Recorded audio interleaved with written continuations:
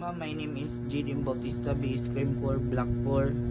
I will discuss the arms manufacturing and firearms identification.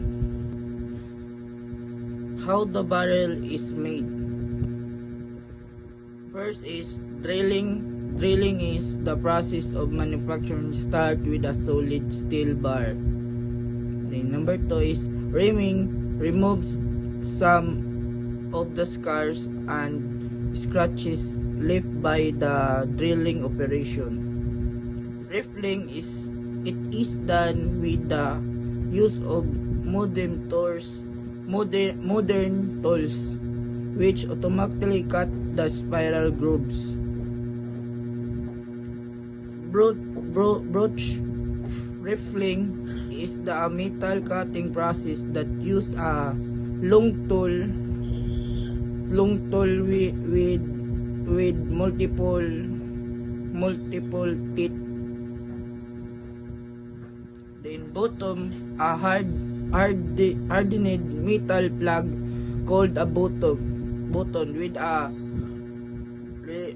flat cross section configuration.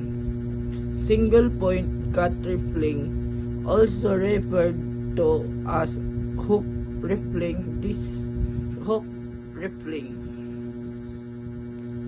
escape a cutting tool which cuts two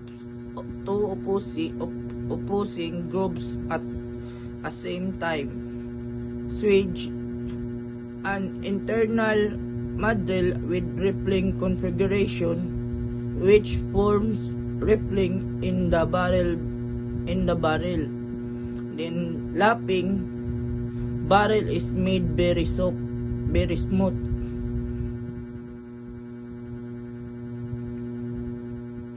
Types of firearm characteristics. Class characteristic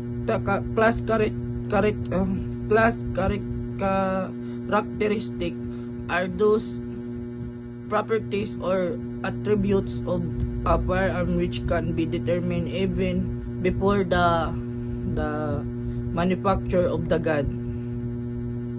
Then individual characteristics are those characteristics which are determined only after the manufacture of the firearm. Then class characteristic of firearms. Bore diameter, it is diameter to which the bore was rimmed. Number of lands and grooves. The number of lands and grooves inside the barrel of a given firearms are always the same or equal. Lands are the elevated portion of the bore of the firearm. Grooves are the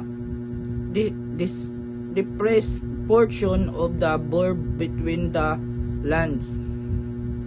Width of the lands is dependent upon the bore diameter of the gun. Width of the grooves is measured as the gun is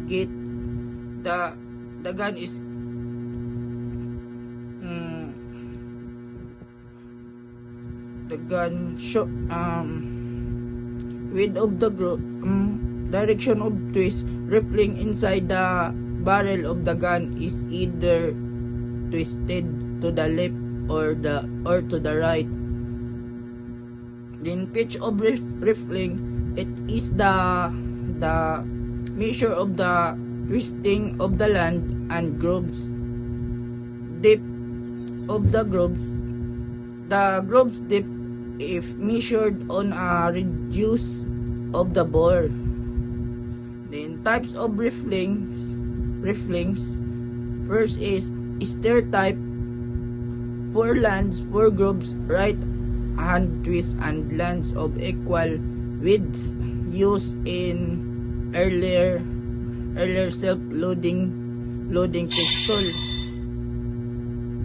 Smith and Wesson type 5 hands and 5 grooves, right and twist and lands of equal width.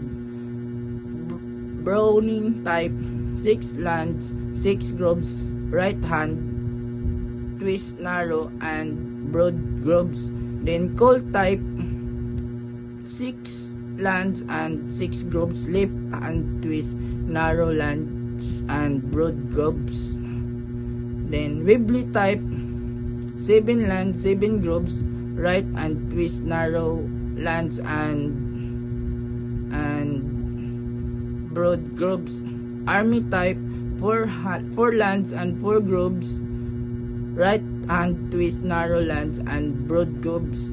Then Carbine type rippling having 4 lands and grooves, right twist, right twist. The width of the groove is 2 times the width of the lands. Then Winchester rippling having 6 lands and grooves, right and twist the width of the grooves in 3 times larger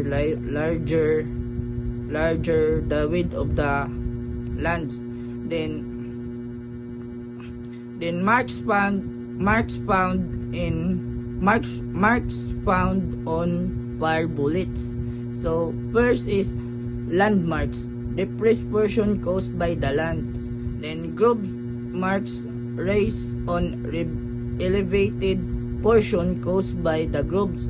Then skid marks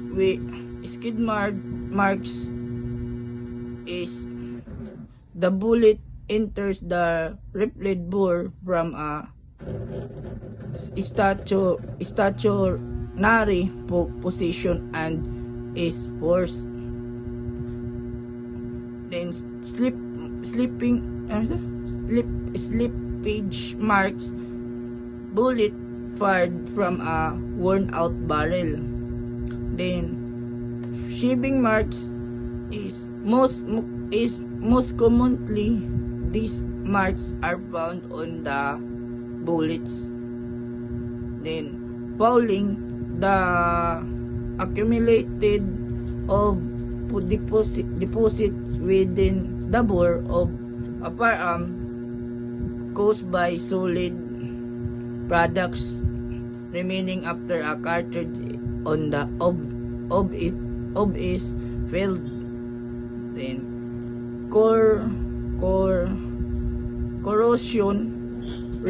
corrosion is to the chemical deterioration of the metal due to oxidation. Then erosion, the wearing away of the barrel inner surface by physical force, which as the high temperature, gases, and movement of the projectile.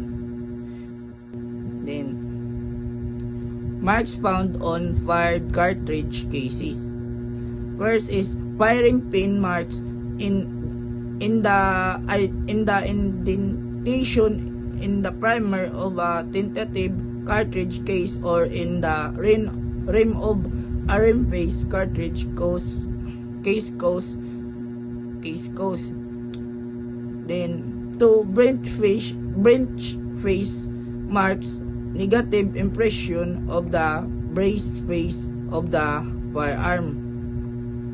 Then chamber marks, microscope marks placed upon a cartridge case by the chamber. Then extractor marks, tool marks produced upon a cartridge from contact with the extractor. Then ejector tool marks produced upon a cartridge or cartridge case on the head. Then sharing mark, sometimes called secondary firing pin mark, found in the primer. Then magazine lip mark, marking found at the two sides of the rim coast of the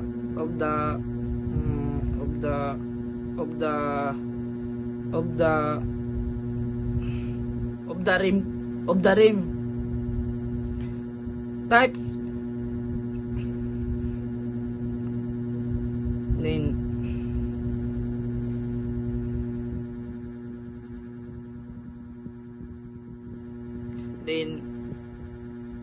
3 points of basic positive identification the marking must be. First is prominent, standing out or projecting beyond a surface or line, readily noticeable. Consent, possessing firmness, the impression or illustration found on the bullet. Then significant, capable of being interpreted by the examiner. Then last is firearms examiner possible standard conclusion. First one is identification. Identification is significant a match between the test fired and the evidence bullet. Then exclusion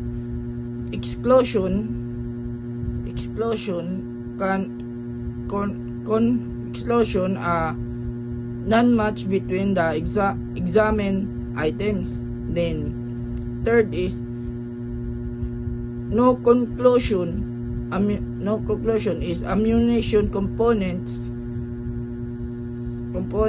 could neither be identified nor exploded. That's all, ma'am. Thank you.